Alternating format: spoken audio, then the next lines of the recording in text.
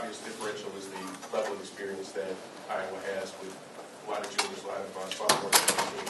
How do you guys counteract that? Is there anything special that you talk about or that you do in practice, knowing that they're going to be a more solid, fundamental team, having been together a little bit longer?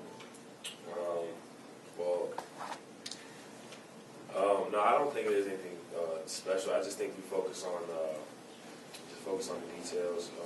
We've been doing a really good job of preparing, getting better and better at just knowing scouting reports and things like that. So I think we've grown a lot in that area.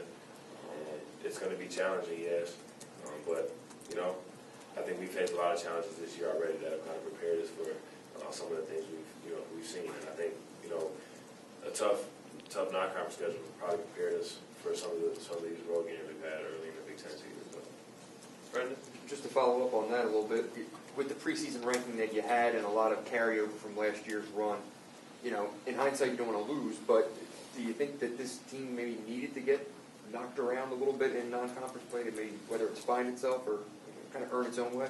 I mean, I don't think it was a bad thing at all. You look at 3 of our 4 games that we lost. Anybody could have lost those games. You played at Iowa State, at Duke, the #1 team in the country on your home floor. Anybody could have lost those games. So I think it's just important. It was just important for us to just learn from those games and just keep moving on because at that point we had a lot of basketball to play left, and at this point we still do too. And it's important that we just stay focused on the games ahead of us. What's the biggest challenge defensively, moving from a couple games against like Nebraska and Wisconsin want to play more deliberate to a team that really wants to push the pace like Iowa's going to? They're going to test our discipline. They're really trying to score quickly, and so we got to be really good in transition. And they're really bent on attacking the rim. So we're going to have to be really solid defensively. They draw a lot of fouls, and we don't like to foul. So it's going to come down to a battle of wills at the end of the night.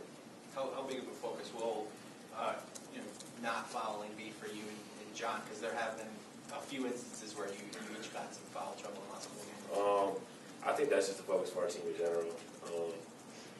I don't really like to focus on not fouling.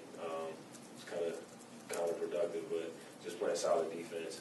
I think that's been a focus for our team in general, all year, and we've been growing in that a lot.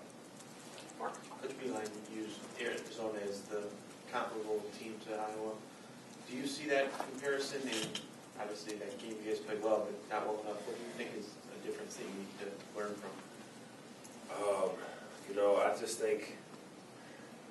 I think we played a pretty good game against Arizona. To be honest, I just think we had a few lapses here and there defensively. Especially down the stretch that we just couldn't close that game out. So they're going to be physical just like Arizona was, and they got a lot of size just the same way Arizona did, and they're really looking to attack. Hopefully that game prepared us for what we're going to see tomorrow. To kind of look back at the Wisconsin win briefly, you had a smile on your face a lot. You seemed to have a little more energy almost. All the battles you've been through with Wisconsin specifically, even in Madison, that one a little extra special, what it seemed like? I just was excited to just be able to get a win there. I didn't want to finish off my career without winning there once. So that was just the exciting part about it, was just being able to finally get that win under my belt up in Madison. John? Coach mentioned how the pick and roll might look easy, but there's so much that goes into it. Can you talk a little bit about learning that with different guys and what goes into being able to pull that off? It's just a lot to interpret, especially for the guys coming off. Just being able to know when they can attack and when not to, and then you're not just reading your man, you're reading the whole defense and trying to see who's open, and so that can be difficult.